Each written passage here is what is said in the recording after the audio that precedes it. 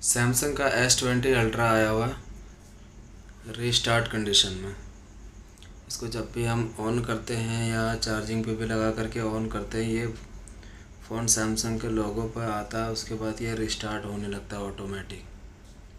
ये मैंने चार्जिंग पे लगाया। अब चार्जिंग पे लगा करके जैसे हम इसको ऑन करेंगे, आप इसकी कंडीशन देखना।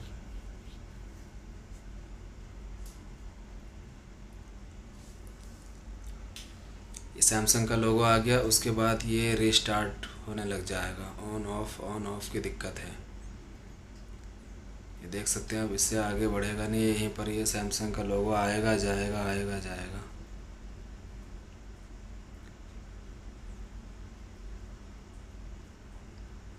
ये इससे आगे फ़ोन ऑन नहीं हो रहा है।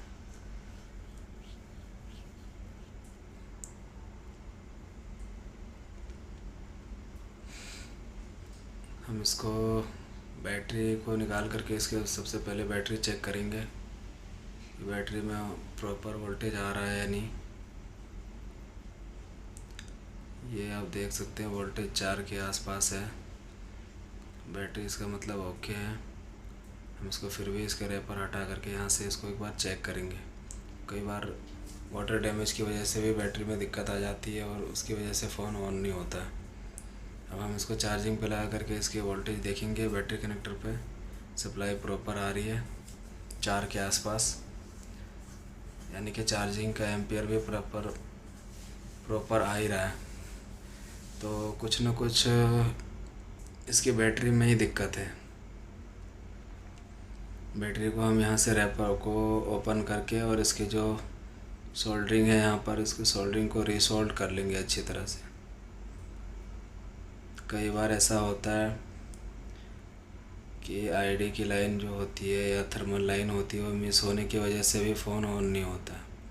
और बैटरी कनेक्टर के आसपास भी कार्बन मॉइस्चराइज वगैरह आ जाते हैं, उसकी वजह से भी फ़ोन को प्रॉपर कनेक्टिविटी नहीं मिल पाती। तो हम इसको यहाँ से भी रिसोल्ड अच्छी तरह से रिसोल्ड कर लेंगे।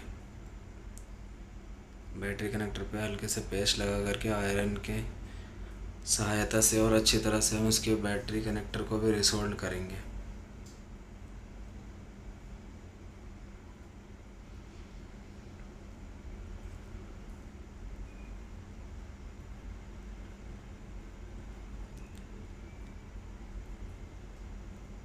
इसको अच्छी तरह से पिन टू पिन रिसोल्ड कर लेना है।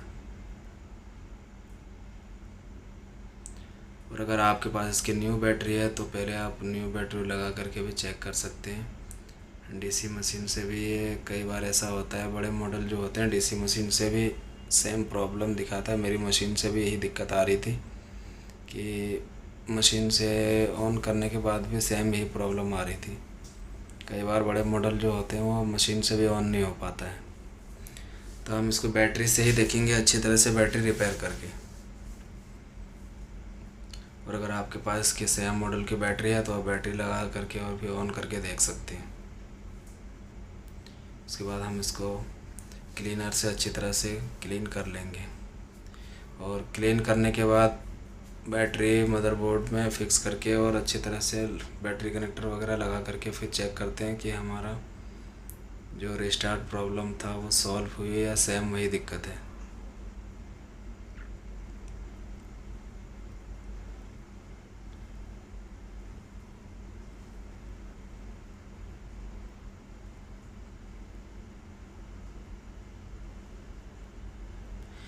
बैटरी कनेक्टर वगैरह लगाने के बाद, इसके पत्ते वत्ते लगाने के बाद एक बात का ध्यान रहे कि इसका जो वायरलेस का जो पत्ता है वो लगाना ज़रूरी होता है। कई बार ऐसा होता है आप वायरलेस पत्ता नहीं लगाते और ऑन करते हैं या फिर चार्जिंग पे लगाते हैं तो इनमें ज़्यादातर एरर दे देता है।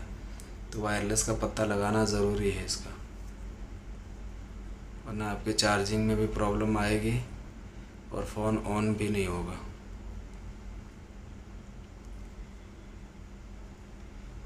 इसके बाद हम इसके ये वायरलेस का पत्ता है इसको भी यहाँ से कनेक्ट कर लेंगे और फिर हम इसको ऑन करके देखेंगे।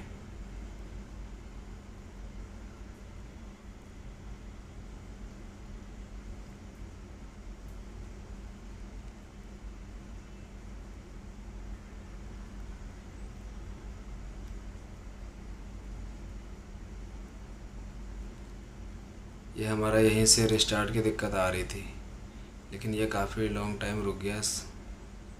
तो इसका मतलब ये है कि फ़ोन हमारा शायद ही ऑन हो जाए। और ये देख सकते हैं यहाँ तक, लोगों तक तो अब बिल्कुल आ ही नहीं रहा था।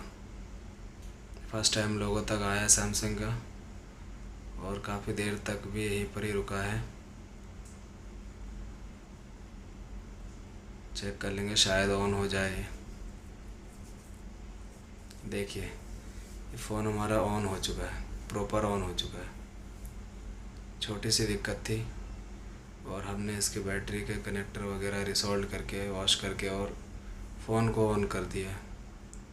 हम इसको चार्जिंग पे भी लगा करके देखेंगे कि चार्जिंग हो रही है नहीं हो रही है।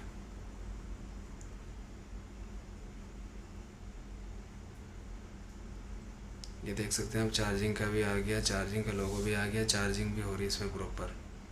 तो जो भी इसमें प्रॉब्लम थी, छोटी सी दिक्कत थी, बट ये कस्टमर का हमारे पास आया था तो हमने इसको करके दिया है।